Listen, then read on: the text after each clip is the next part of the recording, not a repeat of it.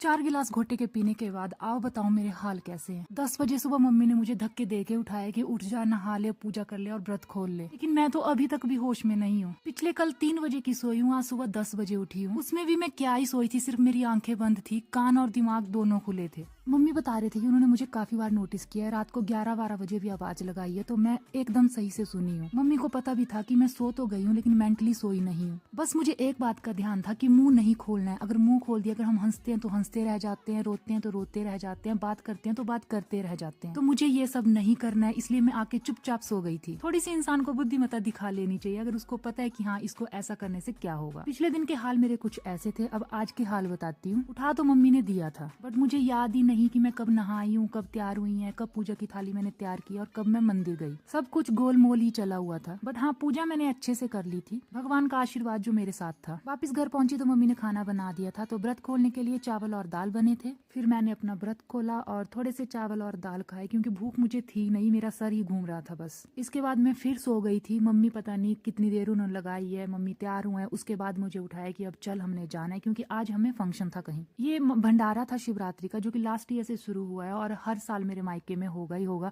तो मैं ससुराल में भी होंगी तब भी इस फंक्शन पे जरूर आया करूंगी अपने मायके। पैदल हम चले थे और मम्मी को रास्ता ही पता नहीं था, वो भूल गए थे रास्ता। वो बस यही कह रहे थे कि एक मंदिर आएगा काली माता का, उससे नीचे के साइड वाला रोड हमने लेना है। बड़ी देर तक चलने के बाद वो मंदिर आया था। उसके बाद हम पहुंचे मंदिर में। ये मंदिर मेरे ताई जी ने बनवाया, तो हर साल यहाँ पे शिवरात्रि पे भंडारा होता है। लड़कियों और बहनों को तो ऐसे त्योहारों पे फंक्शन पे बुलाया जाता है सबसे पहले। यहाँ मम्मी और ताई मेल मिलाप कर रहे थे, काफी दिनों बाद मेल मिलाप होता है इनका आपस में। थोड़ी देर वहाँ बैठे, बातें की, लास्ट में भंडारा खाया। उसके बाद फिर हम वापिस पैदल चल के घर आ गए थे। इतने तक मुझे लग रहा था कि हाँ मैं थोड़ी ठीक हूँ, लेकिन जैसे मैं घर पहुंची ना, फिर दोबारा मैं सो गई। नींद ही इतनी ज्यादा आ रही थी, बिस्तर पे सो रही थी तो ऐसा लग रहा था जैसे सब ठीक है, जैसे उठ रही थी वैसे सर घूम रहा था।